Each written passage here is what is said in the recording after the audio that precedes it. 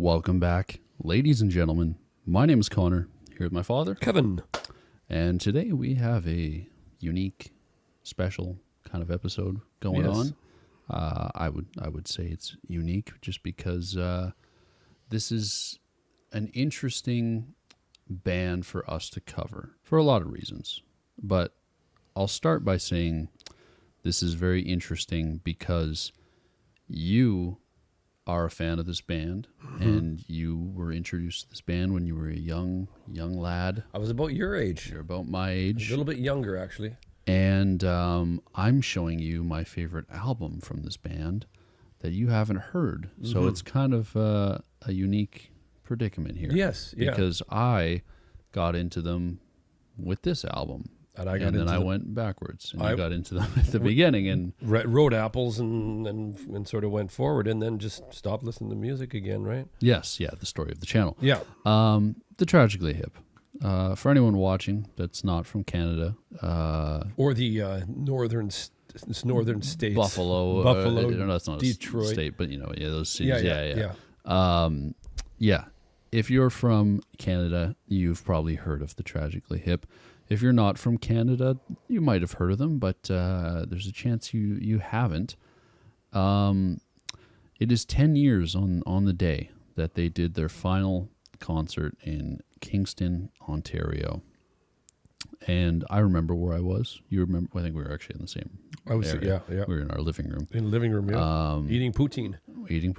We homemade poutine we made it very Canadian. It was an event. So let's quickly talk about the Tragically Hip, a band out of Kingston, Ontario.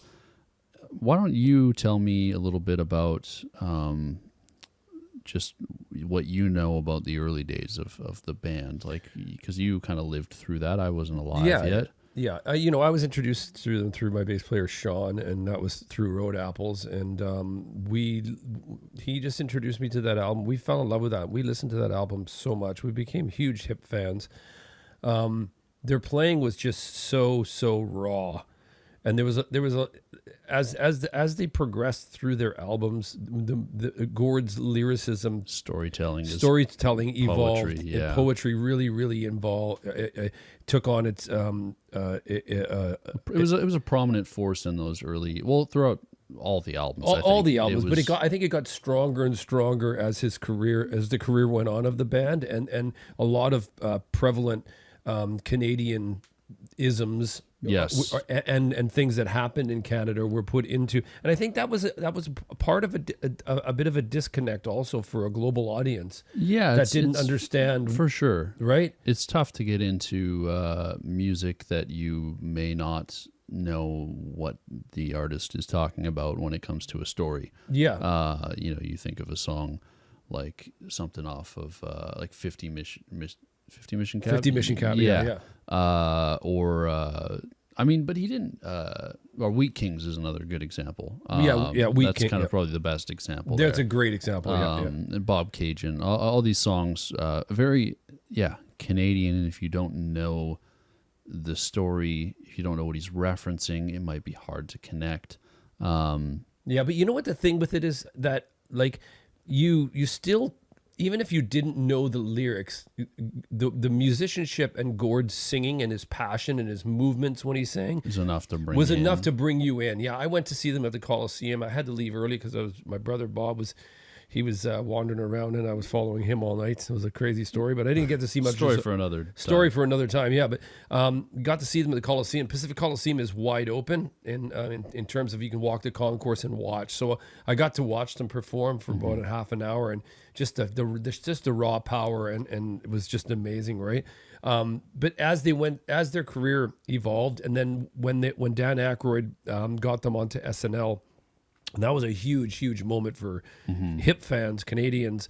And they didn't play their big hits. They didn't play one that was gonna bring in the American audience. Yeah, they didn't at all. Right? They played Nautical Disaster? Nautical Disaster and Grace 2. Grace, yeah. They could have done New Orleans is Sinking and It might have. and Little Bones. Those two right there, people might have been like, "Whoa, I like this band." Let me tune in. But I know there was comparisons at the time too, which was like I was like, it didn't for the comparisons to Michael. REM.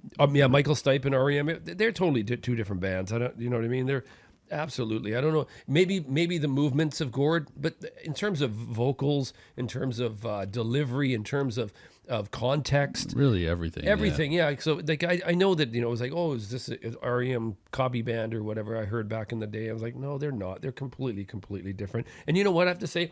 Them not breaking globally, it doesn't matter. Well, this 10-year anniversary of what happened kind of proves why it doesn't matter.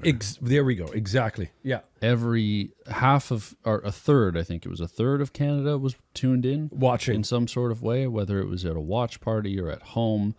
Our prime minister took time to go to a concert in Kingston. Yeah. Everybody Canadian was tuned in. There were people up north that were watching. Like if you go watch the footage of I think I don't know who made it, if it was the HIP or CBC or some broadcasting thing, but they have a compilation of them playing and people watch the watch parties across Canada, and it's like there's like one where there's like, I swear it's like 8 people up in fucking the Northwest Territories with a tiny little TV watching it. Like so Canadian. Everybody was tuned in. Maybe you can verse some people who don't know the story of why what happened with that 14-date tour with Gord and the whole. So I know you're very familiar with it. So we can kind of move on to my side of my introduction of the band. I was a young teenager. And I was just working a job, and it was the year that I really got into music, I would say, because I discovered a lot of, now that I think about it, the three big albums that came out that year, I got into them, and those artists had never released anything else since. I got into Frank Ocean because I was like, oh, this guy's great.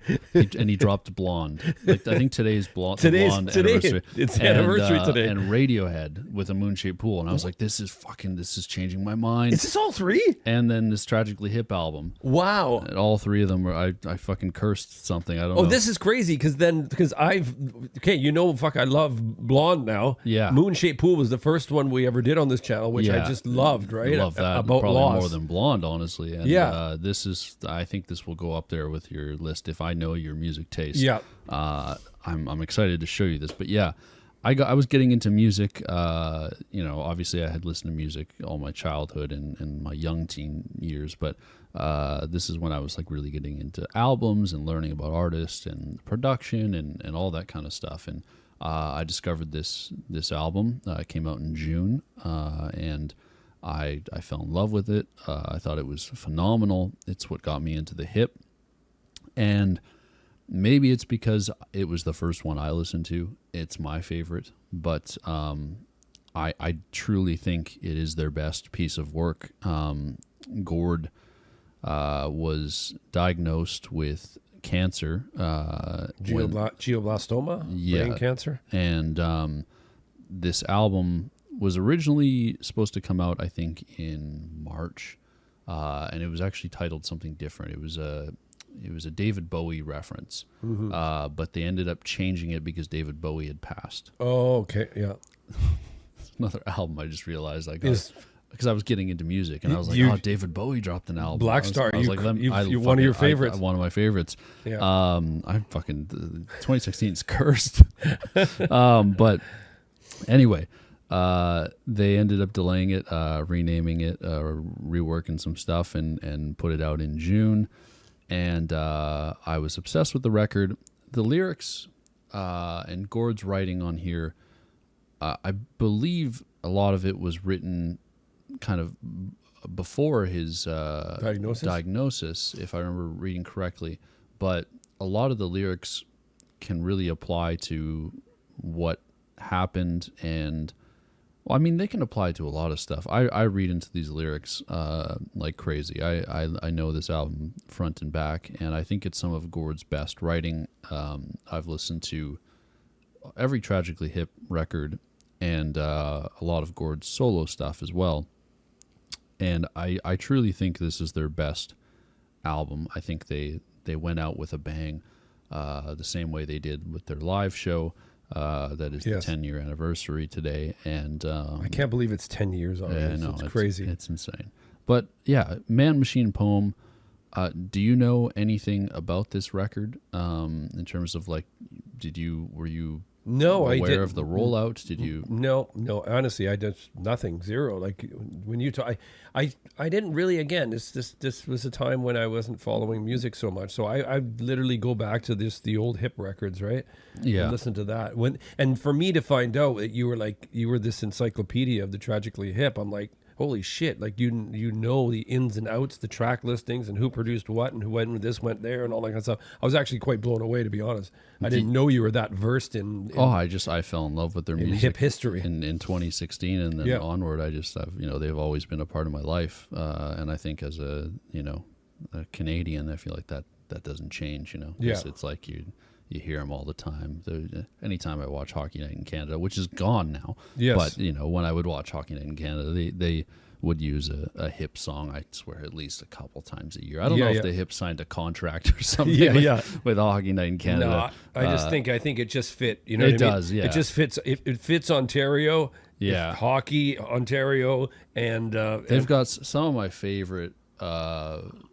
Hockey Night in Canada intros, and I apologize, this is going to be a very Canadian episode, but some of my favorite Hockey Night in Canada intros are like the Boston Leafs, and they would, I forget what song they used. Was it 50 Mission Cap, or I don't know. There's Courage. They would throw in a hip song like for like those classic, like a Leafs Habs matchup, or a Boston and New York or something. It was there's always a hip song on Hockey Night in Canada, or not in New York. It would usually be a Canadian team, but absolutely loved those intros after getting into the band, especially. But yeah, you want to have a little cheers? Yeah, let's have a cheers for Gord and the hip and the head.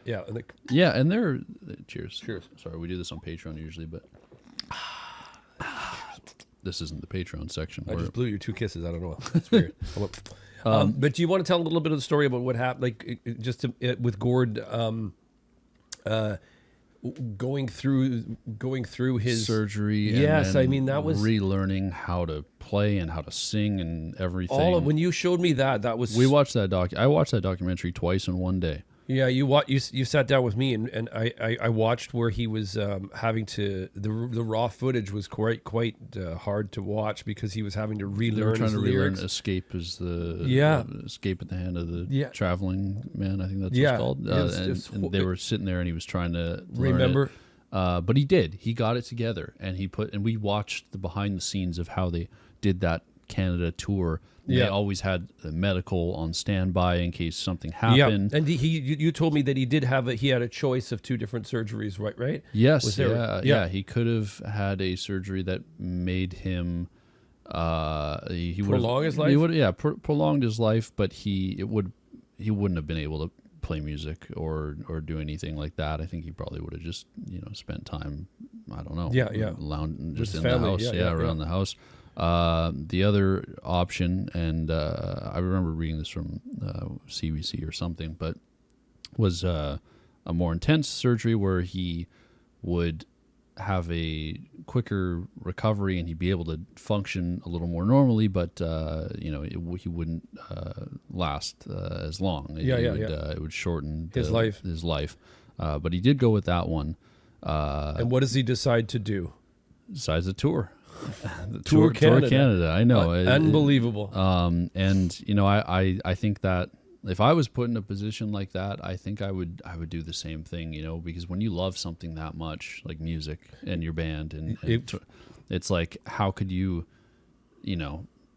not, to go and choose, like, how could you take the other the alternative where you're never going to play music again. Yeah, you may have. It's a hard. little more time. It's hard for his family, but I think his family was on tour with him the whole Yeah, time. well, and I'm sure they would understand that, like, Yeah. he's doing this because he needs to. It's his love. That's his love. That's his calling. It was. I tell you, if you haven't watched the last concert and the way they hug and I love that they kissed on the lips. I thought that was such a He important. talks about that. Remember, he says he started kissing people on the lips because when he realized that he didn't have much time left. Yeah, he was like, I just want to show my love to people. Yeah. And I think that's cool. Crazy. But yeah, Man Machine Poem 2016. It's 10 tracks, 41 minutes. It's my favorite hip album. I think you'll like it. And everything we said, keep that in mind going into the record. Everything we talked about. And you want to get started? Yes, let's get started. First track is titled Man. You want to pull up your lyrics? Yeah. I'm going to have a sip of this.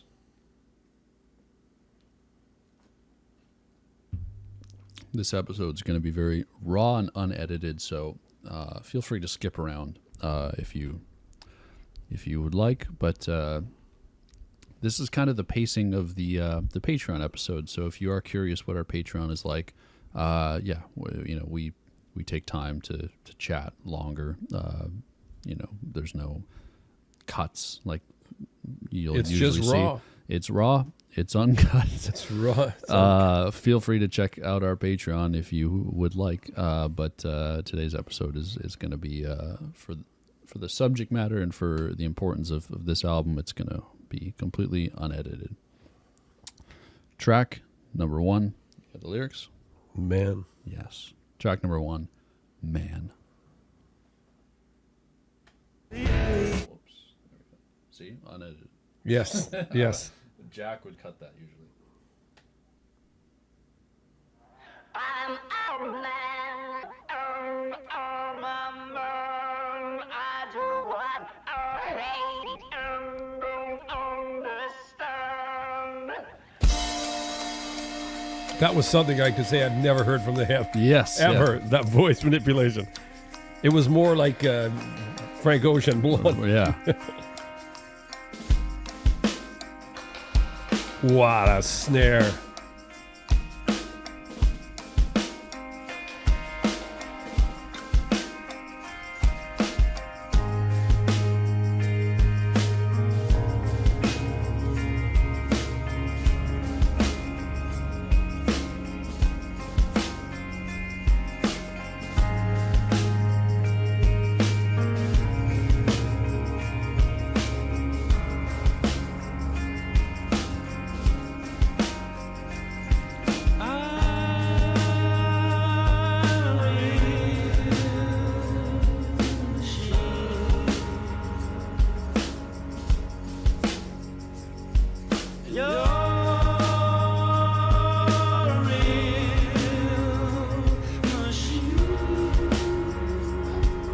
It's cool as fuck, right? I get cool as fuck.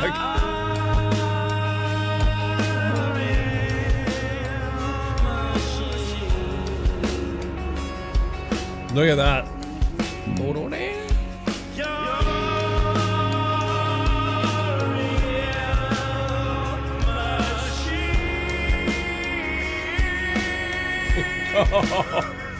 Long.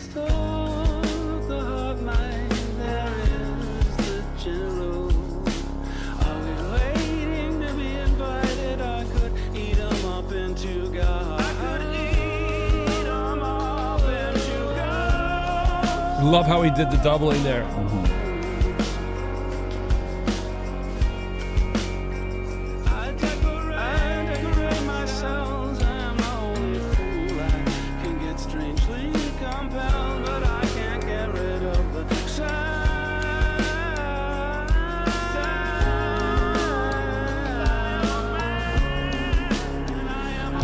There's a lot of floating going on here, right? It's beautiful. Yeah, it's all intermingling here.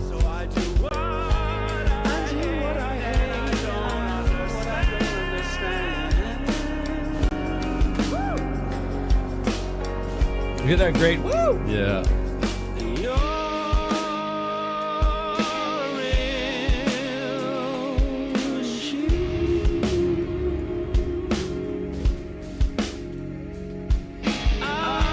Oh.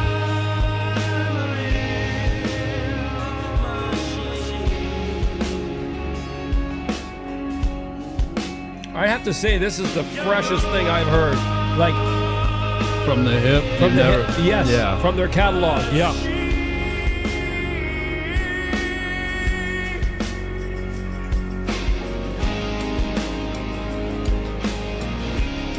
Oh yeah.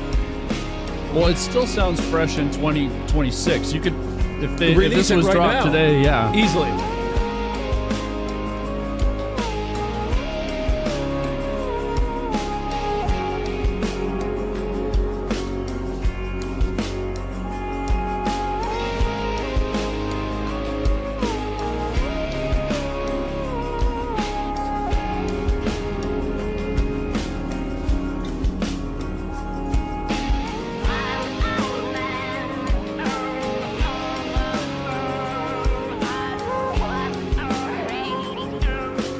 That is cool. The Yeah. vocal manipulation there. It's got a bit of Kid A. Yeah.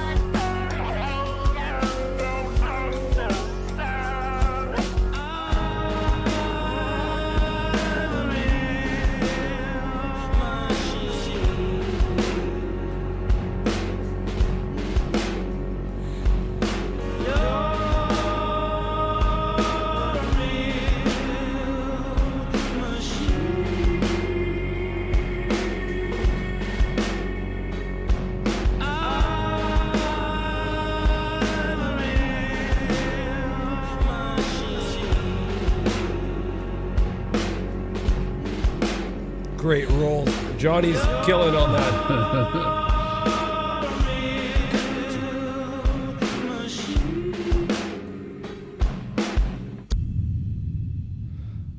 Cool way to open an album, eh? You know what? That threw me right off at the beginning with the island. That Starting it off like Yeah, that. I could never picture the Tragically hip going in that direction of the vocal manipulation. Well, that's why I feel like this album is so slept on, and there's just because there's a lot of hip fans out there, but a lot of people really love their Earlier early work. stuff, and rightfully so. It's fantastic, but I feel like their albums later on, like their 2012 record and this are just so fresh sounding and unique, and specifically this. It's just like this album to me is a masterpiece.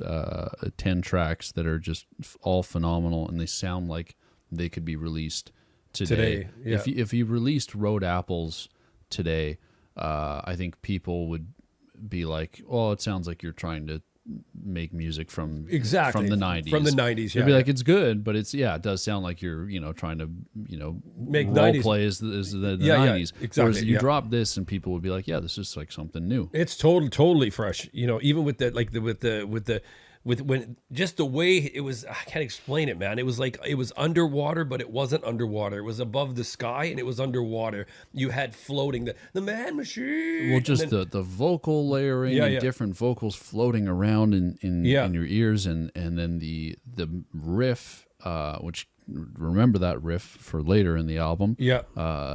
Keep it in your head. Yeah. And just everything that the drum, so that the roll of that drum, I know. and that snare, Killer, yeah. the acoustic guitar, basically I'm listing every instrument. Every instrument was really good. Even the whatchamacallit really when he came in with the hard. I think it was Rob probably hit with the hard electric. Yes. Just Yeah, with some sort of pedal on Yeah, there. yeah. Just fucking, he came through. It was at the perfect time. Yeah. Mixing the vocals towards the end again, doing Yeah. the weird vocal shifting. To me, Yeah. phenomenal way to start the record. It's one of my favorite hip songs. It's funny, I was browsing the internet this morning because I knew we were going to film this, and I was curious what people thought when this came out, and a lot of people didn't like this song. Yeah. Which I find odd. I wonder if it was like another, maybe it was a little too early, You know what? situation. It probably is. Because I think it's like one of their best songs they've ever made. Yeah. Anyway, let's keep going. Track number 2. This was released as the first single for the album, In a World Possessed by the Human Mind.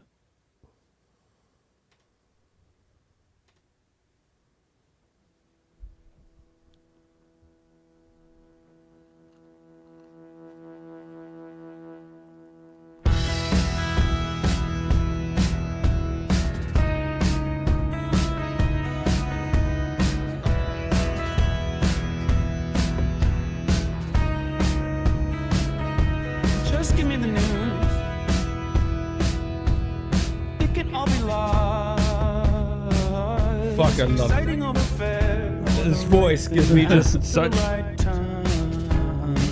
good feelings, man. Everything is clear. Just how you describe the way it appears. A world possessed by the human mind. Then I think I smiled. Then I think you said it's fine. And quietly I dressed in a world completely possessed by the human mind.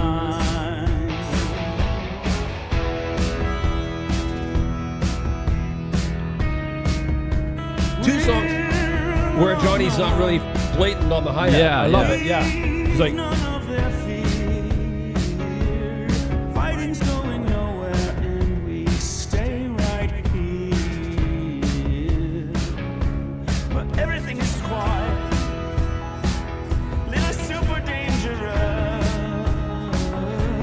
Shadow of the law, and with colors of justice. his phrasing is the best, eh? Then I hope I smile. Then I'm sure you said it's fine. They got no interest in a world completely possessed by the human mind.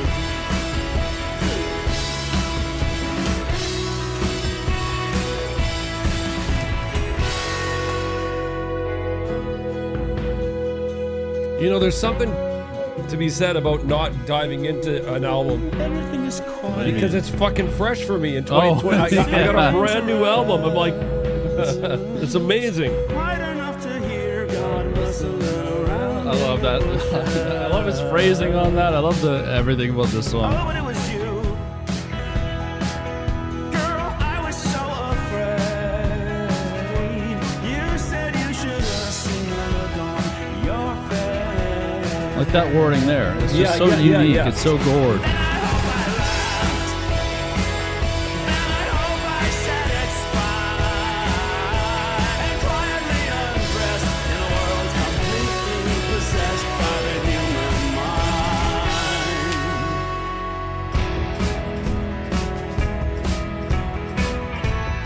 I love the stomp of this. You know what I Yeah. mean? Like he's not using the hi-hat, right? Yeah. He's got a tambourine and stuff in there. And it's like a fucking freight train. That chorus is that in my head now, man. So catchy. Or even the verse, what? Everything is quiet. Yeah, I know. Oh, it's you. Girl, I was so afraid. You said you should have seen the look on your face.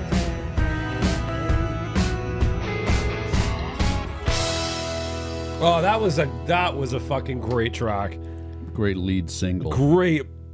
His lead lines coming into, right, like I said, everything is quiet. Those are catchy. Those are so catchy Yeah. in by themselves, eh? It says here, I'll just read you a little bit in case you don't know, maybe you do, that while the song contains clear linkages with the process of cancer diagnosis, these are inspired by Gord's wife's previous battle with cancer, not his. I did know that actually because this was written before Yeah. his. That's why I said it's very applicable to the situation, even though it was written before he was diagnosed. Yeah. There's a lot on here that you could read as, it almost feels like a record that he wrote after being diagnosed, But not. But it's not. Yeah.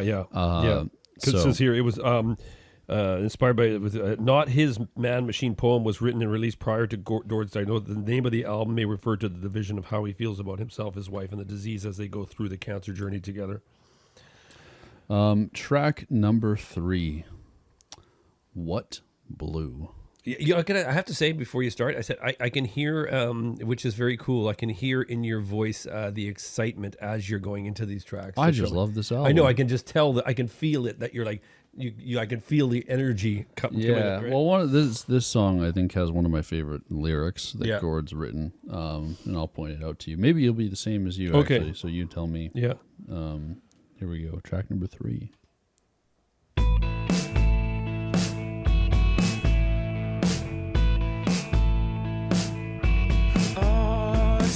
looks like in a world of reproach, completely absorbed in that too.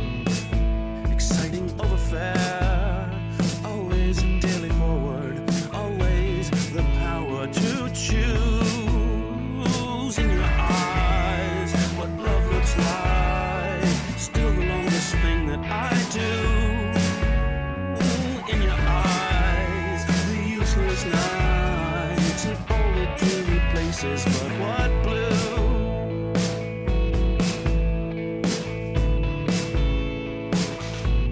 All was always too uneasy, too for solitude, Right, that's up. too into all the things you can do. To come into the open, to come into the light, forward, daily forward, for what blue? In your eyes, You've talked about Gord a lot, about his writing and his phrasing. Actually, my line's coming up. I'll Okay. pause. in your eyes, all of our dark doors, our disenchanted paths, for what blue?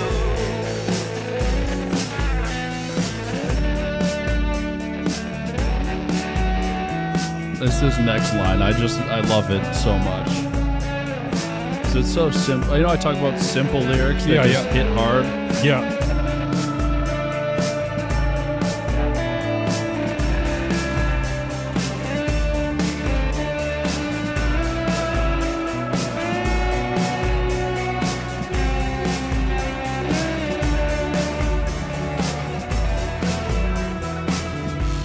I love you so much, it distorts my life. What drove and drives you, drove and drives me too. Yeah. Yeah. I love all that. Yeah. But especially the I love you so much it distorts my life. Yeah. What blue? And then you But his almost get whole phrasing- then you get distorted in the phrasing afterwards. Yes, exactly. Yeah. It's the longest thing that we do.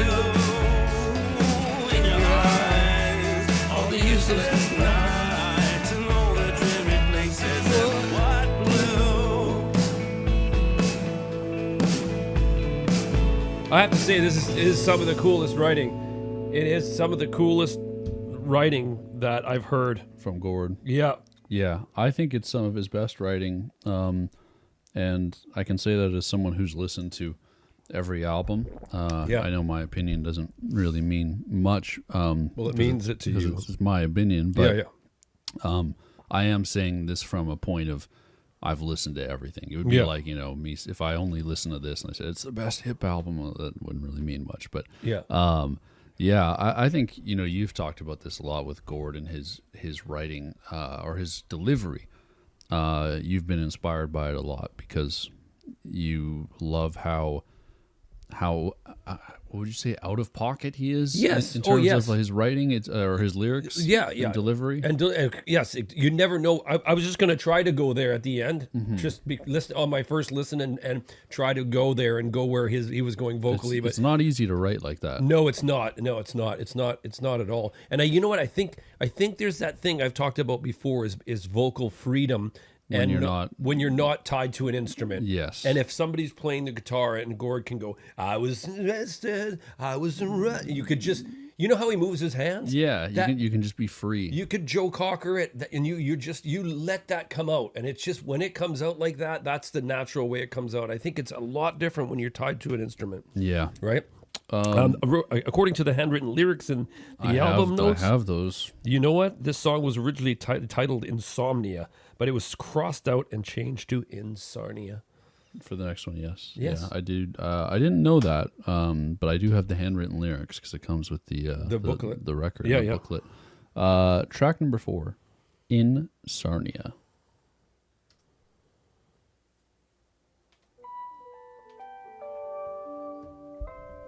See, these are the little things I Haven't heard the yes hip album. yes, which really excite me. Look at this. Come on.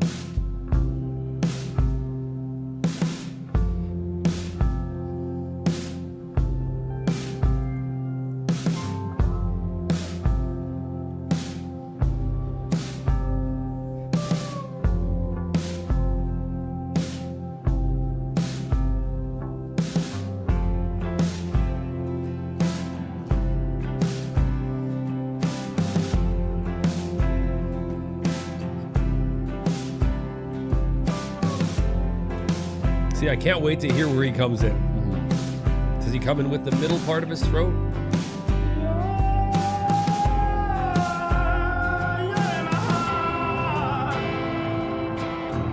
It's in my pockets and in my heart. In my blood. Sonny, you've been on my mind. You've been on my mind.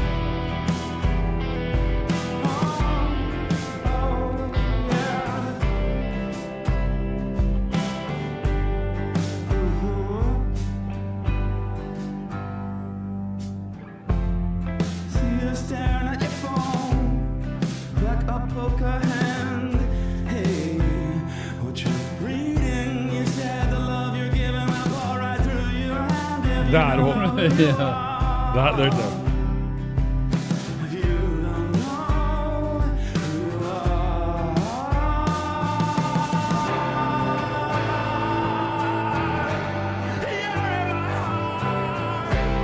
I really think it's the hip at their most experimental in terms of their choices for just song structure, production. Totally. This is, for me, this is easily the, especially where look at where his vocals are placed right now. I know if he didn't have such a recognizable voice, you wouldn't know this is who a it hip is? album. Exactly. Yeah.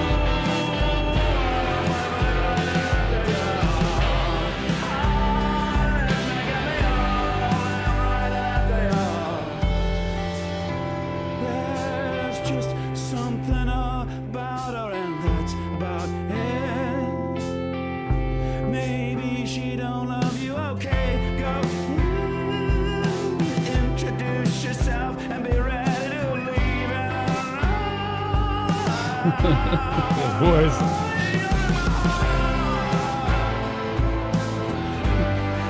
In my pockets and in my eyes, in my blood, Sonny,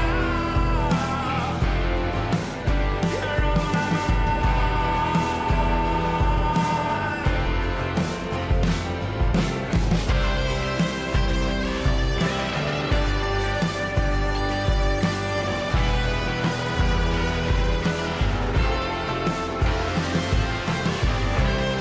This is great here. This is. You said this was the hip to me. I'd say you're full of shit. just to cool my jets from all the bicycling after her. I'm cycling after her.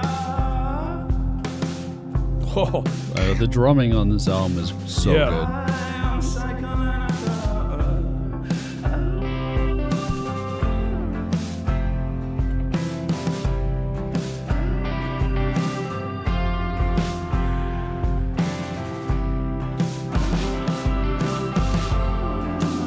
Around the places she likes to go. It's making me old. I'm cycling around looking for her.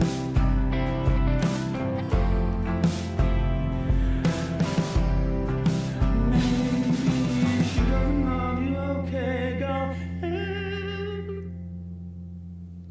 yeah, that vocal treatment there was wild, eh? It's one of the most unique vocal effects on this record, I would say. Probably the most unique, unless you're counting the beginning of Man. Beginning, yeah, exactly. Yeah. But like, where his vocals are sitting, I've never heard that from a hip album. Yeah. Gord's done some stuff on his solo work, but not. There's been points where his vocals are kind of far back, but I think of his which record is it? Solo. Yeah, solo one. I think not the one that was released after his, or it was the first one that was released after his death, but it was finished. It wasn't like a collection of songs or anything. And there was some songs on there where you could tell it was because of where he recorded it, and it was like it sounded more demo-ish. It was like piano and vocals, and he was kind of far back in the mix. Oh, I think I saw a bit of that recording of that. Like it was done in different stages with different types of stuff. And Yes, yeah. Yeah. It was his final. It was his goodbye album essentially. So he, sorry, I just forgot. There's a lot of gourds out there. Gordon Lightfoot came up first. Oh. Gordon Downey. Which one? Because there's been a couple releases, but Introduce Yourself. That was it. Oh, that's okay. It came after Secret Path. It's 23 songs, and like he really kind of spoke to everybody. Like it was really just like there's the one song. I think I showed you one. It was, I won't play it, but I'll just once I know the title, I'll remember.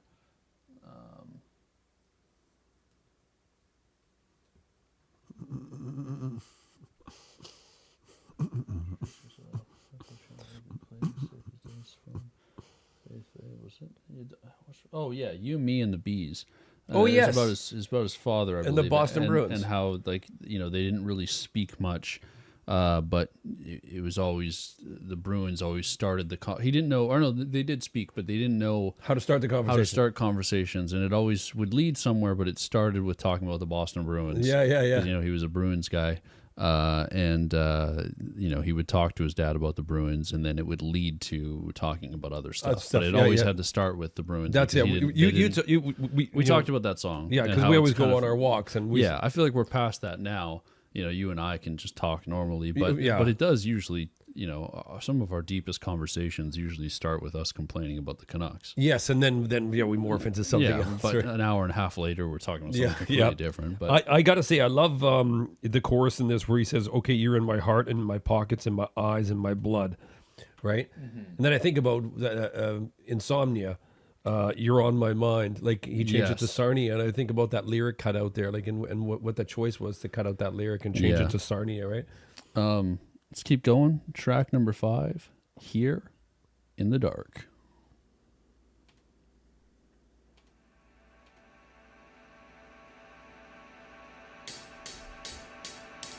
Wow, we got hi-hats.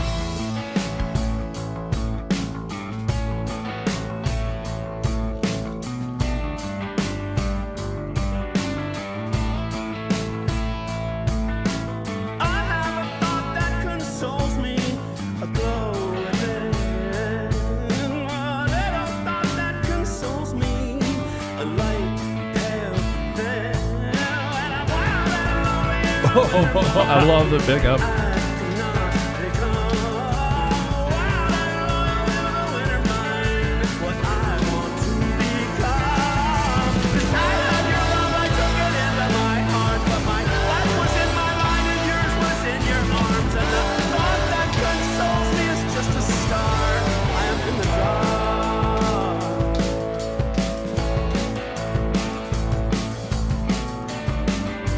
Gord's was in on this mix to crank up the bass. Yeah. He was like, I have the dream that you told me.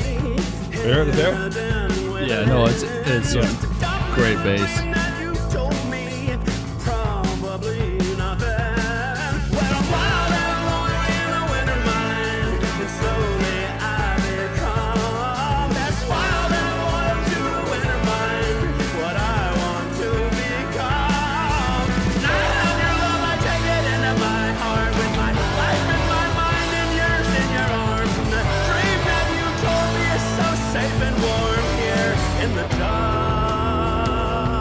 You're so right. This could be released now.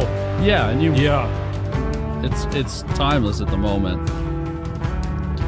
Maybe another 20 years from now, I don't know, it might be different, but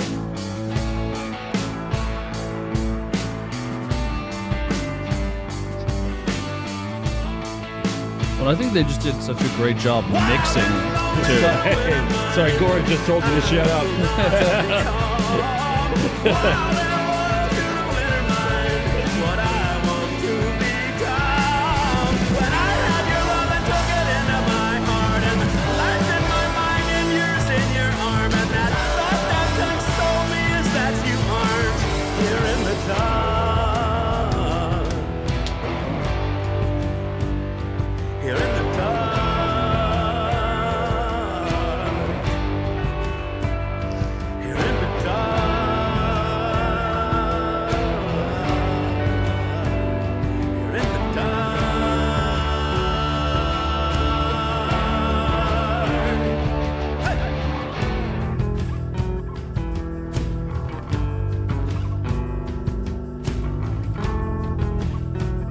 Love his growl. That's great.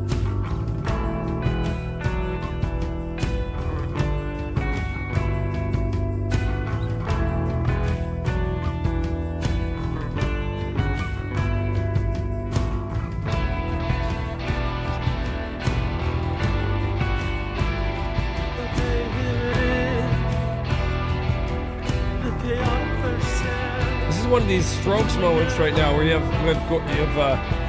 Preconceived. no, but you have two guitar players going, and no one really like you have Rob playing and you have Paul, and they're both doing two different things.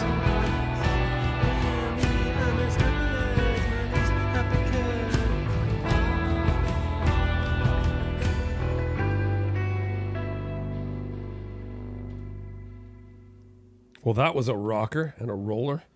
Yes. Yeah. No. That one's is very. It's really fun because it starts off quite not slow, but it's like But the pickup is where it's really fun. Picks and up. it caught me by surprise the first time Yeah. listening, and I love that first moment hearing that song where you kind of get that jump. Yeah, you get an extra kickstart. I loved it because I had your love. I took it into my heart, but my life was in my mind and yours was in my arms. And the thought that consoles me is just a star. I am in the dark. Yes. Like that is, take that and make that's the poem. Yeah, no, that's the thing with Yeah. Cord is like these lyrics. Yeah. The poetry that he puts into these songs are just Yeah. so good. They can be taken completely away from the music and stand on their own. Yeah, just read it. Yeah. Yeah. Track number 6, Great Soul.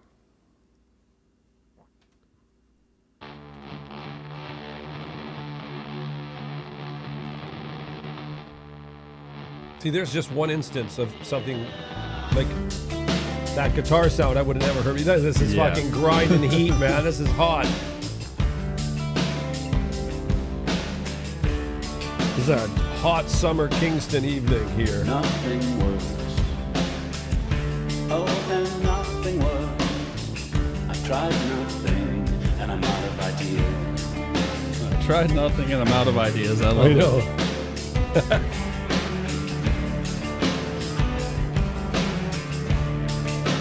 This sounds like old hip. Yeah, a little bit. Yeah. This is probably the closest we'll get. Yeah.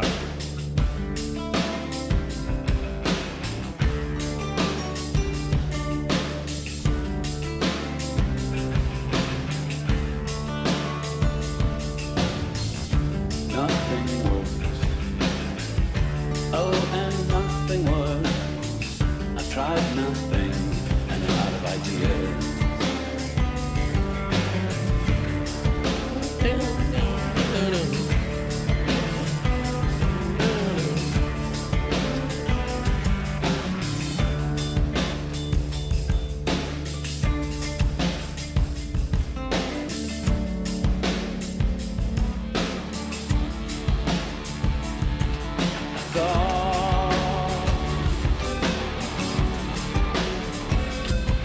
I was clear. You can hear it smoldering, eh? Like Yeah. it's fucking burning hot. I forgot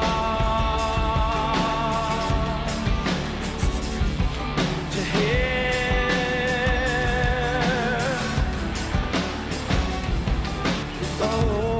Oh, great soul from India, my dreams.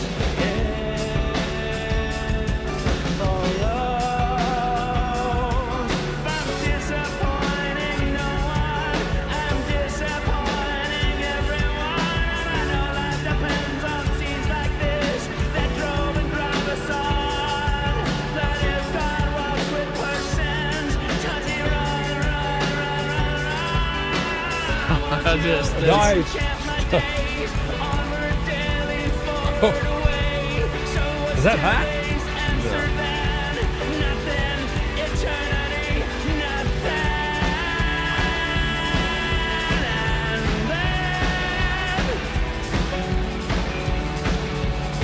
what then? Resist. What power on that I button. know. To resist.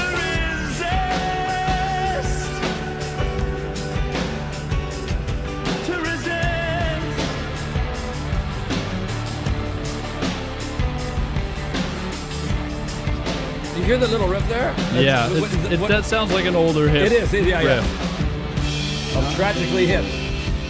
I'm tragically. You know the song? Oh yeah, Grace too. Grace too. Yeah. Nothing works. I've tried nothing, and I'm out of ideas.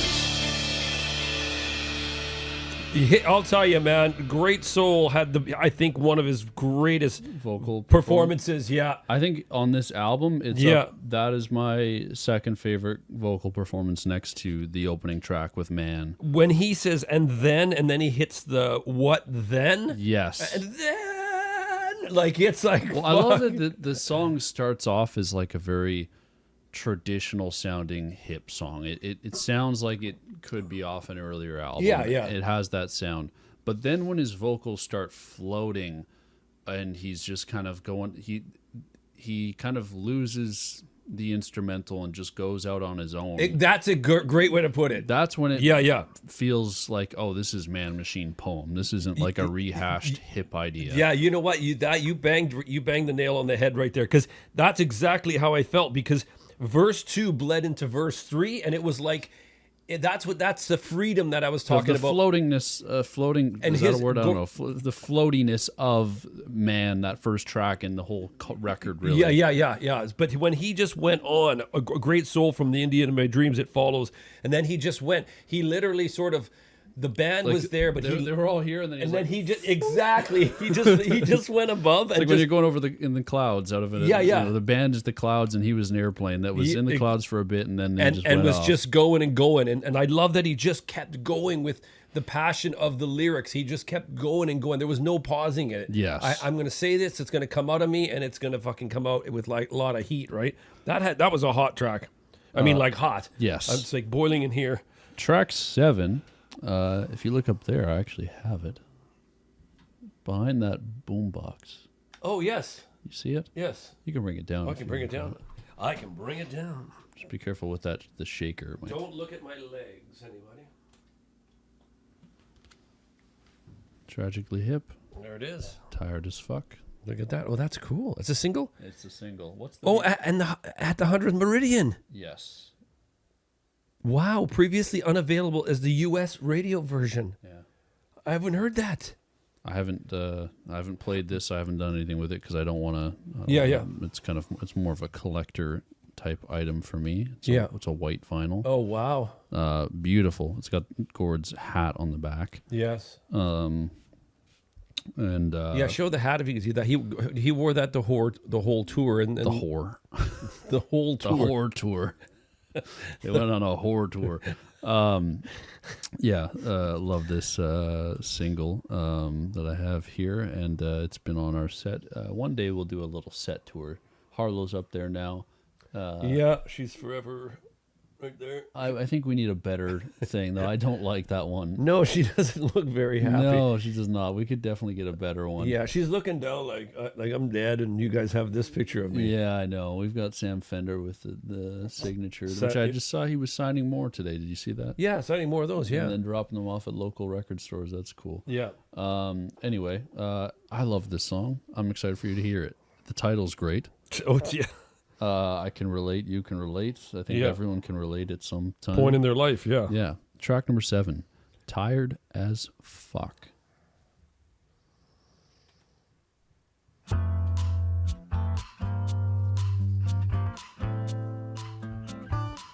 Wow, this is crazy. Want to hear this? It's over here.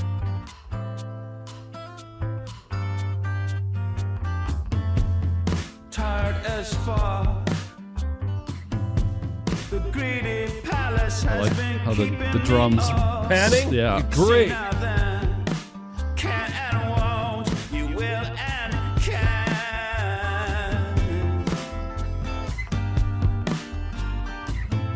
Oh, this is so clear, man. I know, it's so good. Wow.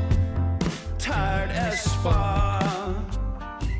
It's so hard to wonder why when you don't feel worthy of being alone. Whatever wind may blow, you don't let your balloon touch the ground or get so high that you can't let go. Hey, and June, this lake of gin, I only had to droop the pedal to warm my chin.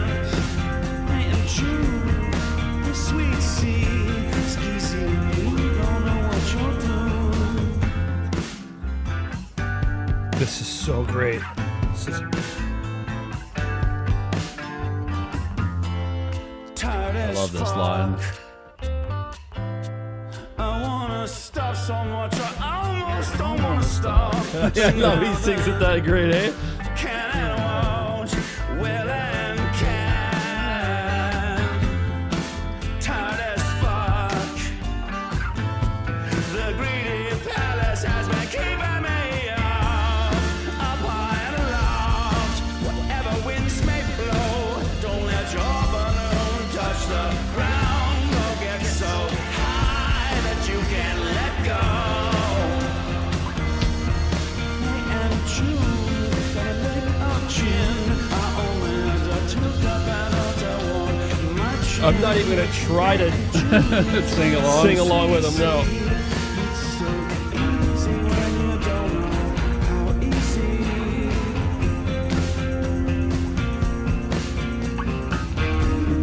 There's a riff that comes in here at the end that I just love. You'll hear it. May and June, May and June, May and June.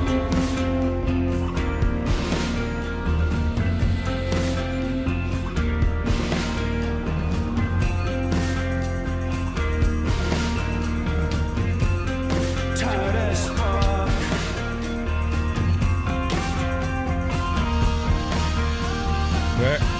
Love that. Tired as fuck. Simple little thing that really Yeah. sticks with you, eh?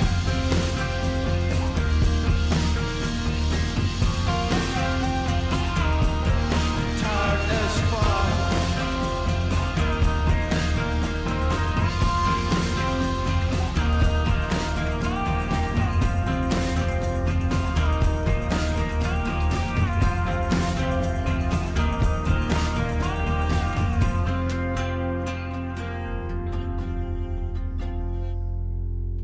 That was a great track, man. That there's some clarity in there at the beginning when he's just singing and the band's just doing their thing and we have the panning going on and the Yes. acoustic guitar and he's singing tired as fuck.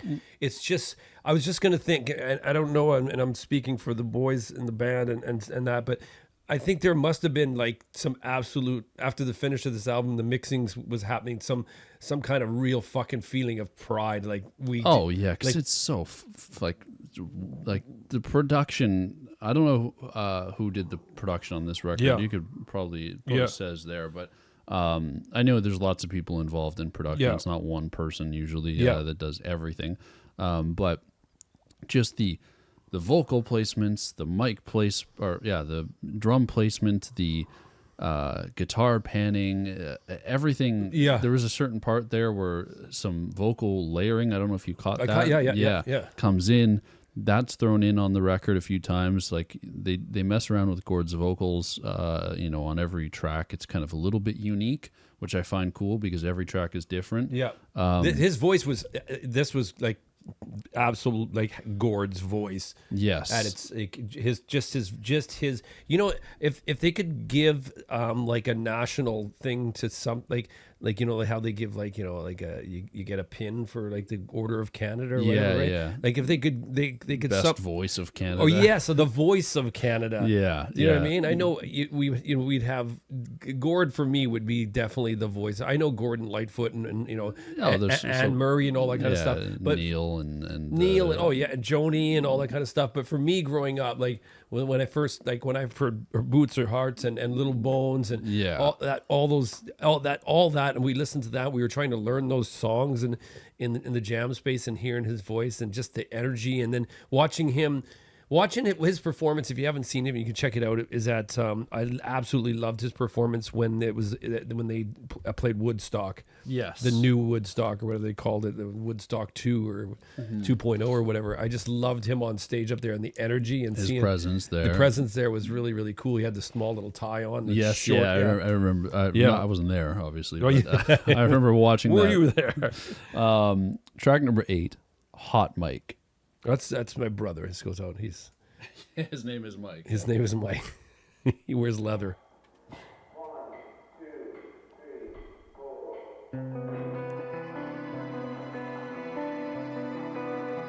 See, this is the stuff, dude. Like that you wouldn't hear on. I Girls love Up- this. yeah. Like, it's so different.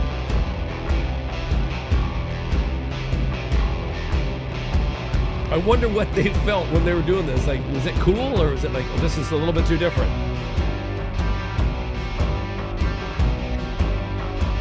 I am the hard mic. I pick up sides of the modern tyrant. Laws of the shadows, colors of justice. I don't know what it meant. How patriotism is now enough, and it's powerful stuff. Can we get it quiet enough in here? I can hear God, the cat's paws cross the keys. Or the wish tomorrow is but a whisper from your lips, and I fall to my knees.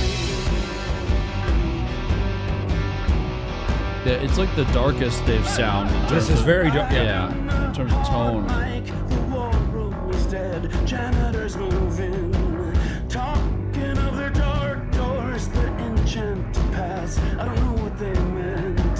What song they do fall back on? Yeah, people usually do. Hit the lights, kill the room. Can we get it quiet enough in here? I can hit God. Can't pause long the keys. And the wish tomorrow is but a whisper from your lips. I fall to my knees. I'm not. I think I can hear Paul Lanois in the background there, right? Yeah. He's singing his background. I think he is. Uncertain for sure. I'm not of no one. I'm made for this. Teach me what to want.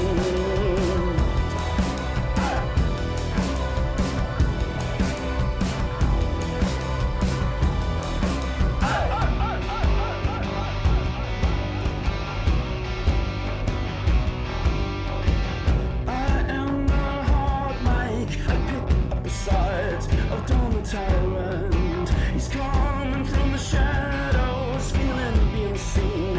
I don't know what he meant. I don't guess I listen. It's more than enough. It's powerful stuff.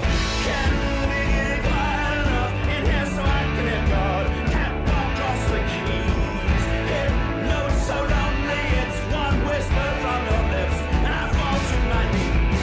I'm not afraid of convincing this. I'm just uncertain for sure. I'm not of no one. I'm made for this.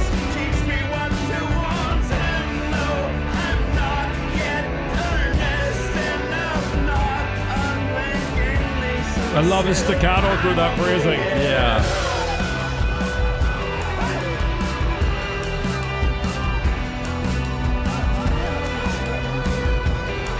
Like this almost sounds like the shit that we get sent from people like over in the UK, right? Yes, I was just going to say, this could be Maruja. We Yeah. need some saxophone. Yes, exactly.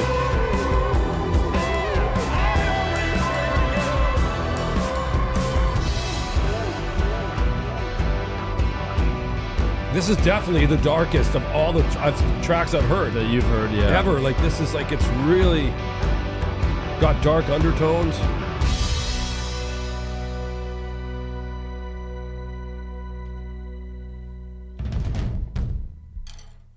Oh, that's cool, eh? Well, I think everything, because at the beginning it starts with the hot mic. Yeah, the hot mic, and Yeah, then yeah. it ends with the hot Yeah, mic. yeah. I love that. Wow. I love singing from the perspective of a hot mic. That's such a yes. Yeah, and, Yeah. and a phenomenal song. The darkest I've heard the hip in terms of just the guitar tones. Yeah. I'm glad we went here. Sorry, I mean, I'll cut you off. I'm just glad we went here because this is something I've never heard, and it's just I probably wouldn't have never jumped on my own in terms of the hip. Yeah, and I I mean, didn't we're know they lis- ever went to this place. We're listening to so much music constantly that something from 2016 could definitely, like, I could see how it could slip under the radar even for you nowadays. Yes, like, yeah. There's still so much you're it's catching up on stuff from this year. Oh, it's every moment of the day. There's something. There's new stuff. New stuff gotta coming out. listen to. No, I'm glad we're listening to it too because it is an important record for me. Do you remember if there was any of these played on the last concert that were? There was a couple. There was a couple tracks. Yeah. Yeah. Oh, good. Track number 9, Ocean Next. We're getting close to the end.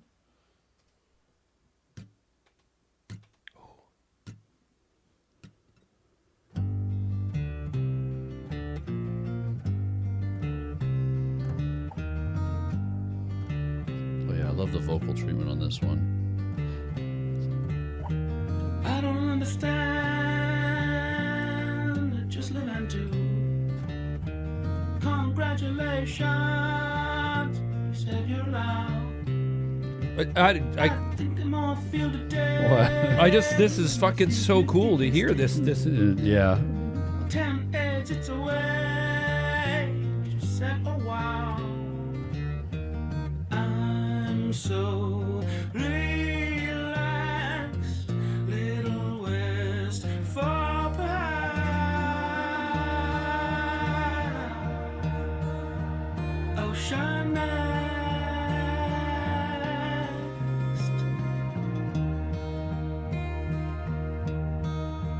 Ocean next. It feels like they were really, really free on this one. It's like how with again back to OK Computer and Kid A. It feels like a Kid A type of situation. We're just like, No, I'm just thinking right now is like, I don't think you would have liked this in 2016 if you went and put it on. I don't think, because there's a lot of experimental elements that you're used to now. which I wasn't. Like to you right now, this probably isn't that experimental, but No, exactly. go to 2016, you. I would have been, what's going on here? Yeah. So relaxed, Little West for perhaps.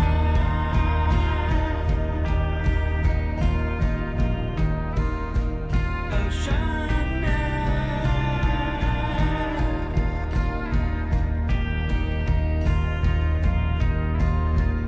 Ocean next. Ocean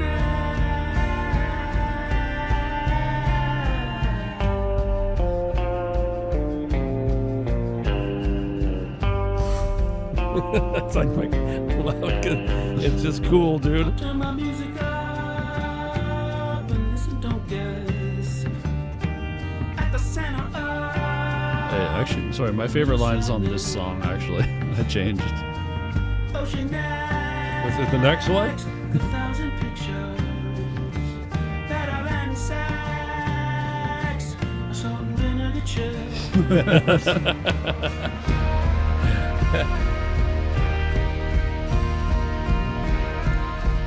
Ocean next. It's weird to use salt and salt is the ocean. Yes, Salt is yeah. salty is cool. He didn't use ketchup, right? Yeah, that would have been too on the nose for Canada. Yeah.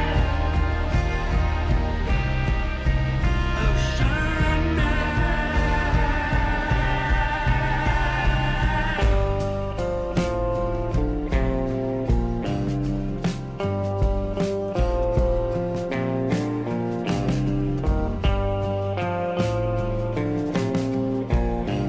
I love his. I love Johnny's beat there.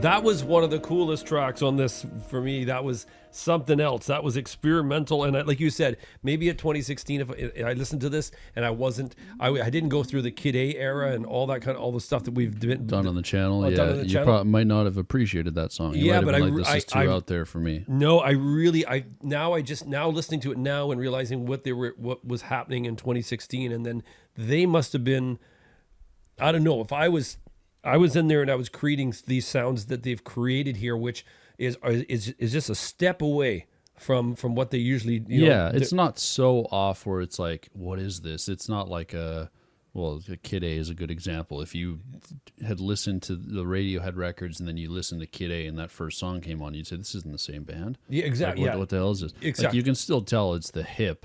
Like they still got their guitars. Exactly, but the and- changes are just enough, like the way they've done their production and like just opening with that really baritone sound. Boom, boom, boom, boom, boom, boom, boom. Yeah. You know that deal. We did that okay. Yeah, it was not bad. It was my first listen, and I thought I was gonna fucking butcher it. That was really cool, and I just his voice was awesome, and I was smiling through that, man. It's Well, I think you'll also Yeah. smile through this final one. This is the last track on the record. Track number 10, Machine. Remember how I told you to Remember a riff? That riff from Man. Yes. Now we're on Machine. Okay. And there's a little reference to that riff in there. So track number 10. It's the final Tragically Hip song, actually, when you think about it. It's their last released song as a band. Wow, you just really made it really sad. It's a great song, though. Yeah, okay. Track number 10, Machine.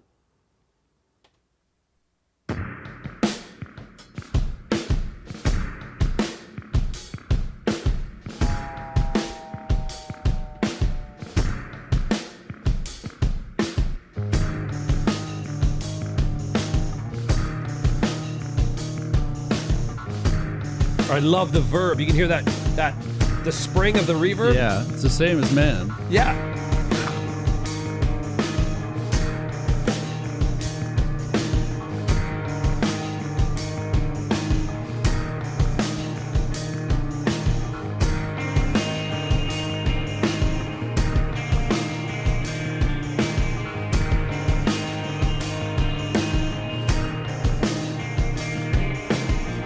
I write about words, I find treasure or words. I watch the end of man and I dream like a bird. That's killer. I love that it's like a direct reference to the opening track, like with the similar drum beat, similar kind of floatiness, but his vocals are here. Yeah. I forget a lot. I try not to try and I can't remember or not. I'm a real machine. It follows. You're a real machine. It on the shadow. I'm a real machine. Follow. You're a real machine. Fed on shadows.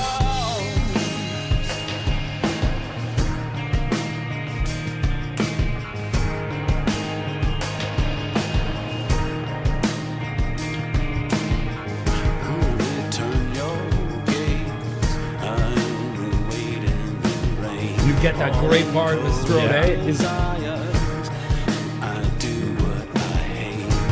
Remain alone, and I forget a lot. And I try not to try, and I can't remember or not. You're a real machine. It follows. I'm a real machine. Follow.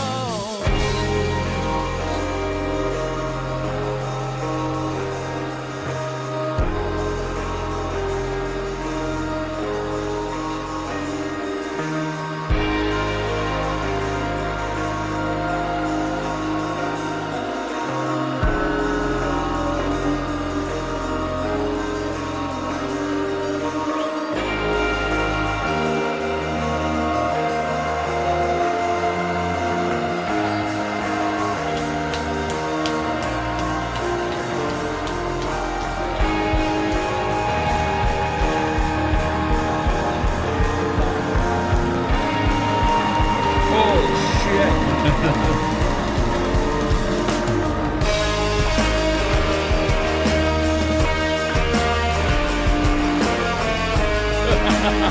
It's so good.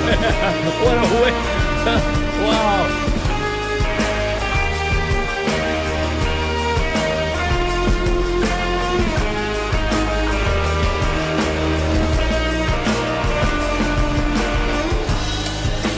I'm a real machine. It follows. You're a real machine. Fed on shadow. I'm a real machine. It follows. You're a real machine. Fed on shadow.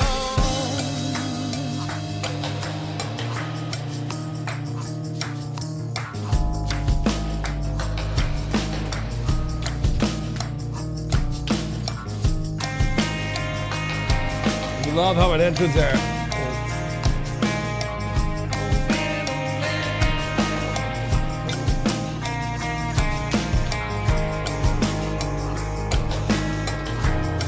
I just love opening the record and closing the record with very similar structured songs. Yeah. But this one had a lot of more mustard on Yes, it. yeah. Well, the first one was airy, and this was very close in your face. It's big. But this guitar is like the same as Man, very similar.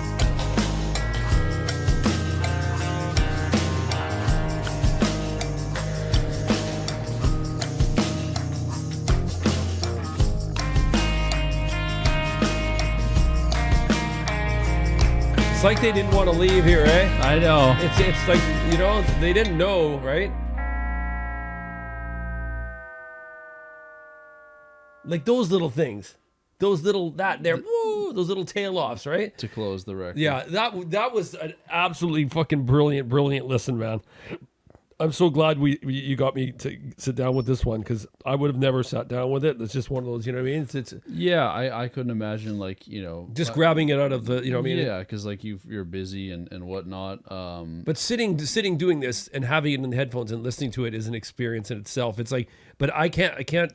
I'm smiling internally, thinking like when they were writing this and it was everything going down to tape, and they were hearing back through the monitors, and they're in the studio, and just all those little nuances they added in that weren't like a traditional type of Tragically Hip thing, right? Yeah. The sound of Gord's voice at the beginning of Man, all, and that little tail off there at the end. just the tiny things. The start of certain songs had little. Yeah, there was a use of keyboards in there at one point. There was just a keyboard ring, and just to open up a song. Yeah, I gotta say, you know, Gord's fucking voice on point. His lyrics, the band. But one standout for me is Mr. Fay. Like he was this constant rock through this whole album here. That just he was like a fucking. A drum machine that was like fucking... He was a man who was a machine. Exactly. Like the way he was pounding the snare, and like the way he was hitting that snare to match the emphasis of certain lyrics of the way Gord sang them. It was like... They were locked in. Really. They were locked Yeah. big time. And then you have that other... I know I made the Strokes... analogy again, but you had Rob and Paul doing their different things. Panning on this record is phenomenal. Yeah, we don't, you know, I've heard on hip stuff, you know, in the past. It's not like this is like a brand new idea, but I think this circular panning. Yeah, right? the circular panning of the drums and the vocal expansion when he says machine, and it goes like this, and then it just continues for like forever. And then there's one thing that I actually noticed that I've listened to this album hundreds of times, and I didn't even notice it till today. Till today is on the Man. If I go onto it at the end.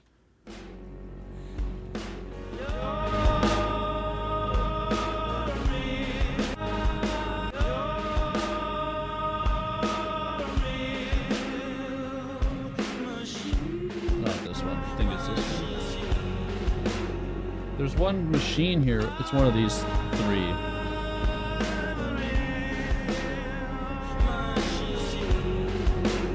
Okay, it must be this one.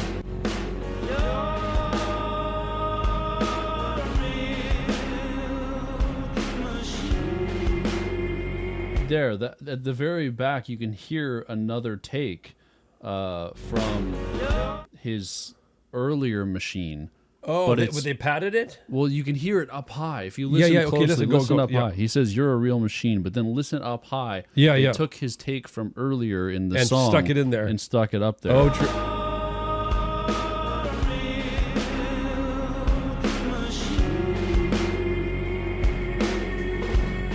Oh, yes. It's like they took that and then just put it all the way up, and then they put the machine. They took the high one, and stuck it high, and stuck it up high in the background where you can't even. I didn't even notice it. I've listened to this album many times, but I just caught it today. Wow, that's crazy. That was awesome. Yeah, no. So I mean, like those are the tiny details you're talking about. Yes, right? yeah, exactly. Those little tiny things. So. You know, and these guys have been doing it. They're such pros. They've been doing it so long. They've been on the road so long. They're such a tight unit. And for me, I'm listening to it and I'm like going, you know, I'd be shitting my pants, you know, hearing that back through the monitors. Yeah. I know these guys are probably like listening to it back and going, yeah, this is fucking cool, but you know, we could have to add do this. We could fix this. We got to fix that. They're Yeah, such, you know, such great musicians, right? And great writers and great, you know, a great Great cohesive group of Canadians. Yes, a great group of Canadians, right? I had a lot of fun this evening. I hope you had fun. I had lots of fun. I thought, you know what, this one album I don't think I would have, you know, just thrown on, and I'm glad we did. And it's on the, especially on the anniversary of the 10th anniversary of the last concert. Yeah. So I hope you guys also had fun, and make sure tomorrow or whenever you're watching this, it'll be out the live July 22nd to August 20th, 2016 album. That's literally what it's called. Comes out, and it's the basically there's some stuff from the last show. I think there's certain ones. Yeah, there's live on July 22nd. There's different dates of when these songs were recorded, but it was all on this one tour, and it was across Canada. It was their final tour. And go check out I think it's called a National Celebration is the actual video. The DVD. Yeah, if you get a chance to watch, we should put a link. a link up.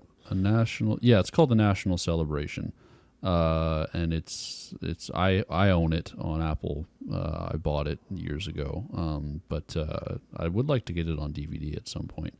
But definitely go check that out if you're if you liked this album and you're curious about Hip. They've got a lot of stuff that's worth checking out. Leave a comment if you are interested. If you made it to the end of the video and you're like, hey, I kind of like this band, I haven't heard of them, where else should I go? They've got an amazing catalog that I think you guys would enjoy. And again, like I said, you don't have to necessarily be. You could dive deep into the lyrics on Nautical Disaster. Yeah, if you want to. Yeah. But you don't have to. You could just enjoy the great music. I think it's that's the beauty of the Tragically Hip is, you know, like we said, we could take the lyrics and put them on a piece of paper and just read them, and you'd have a good time. Or you could listen to just the instrumental and you can hear them jam out together. It's the combination of the two that makes them such a great band. That's exactly, And I hope you guys enjoyed. Take care. We'll see you soon. Much love and peace out.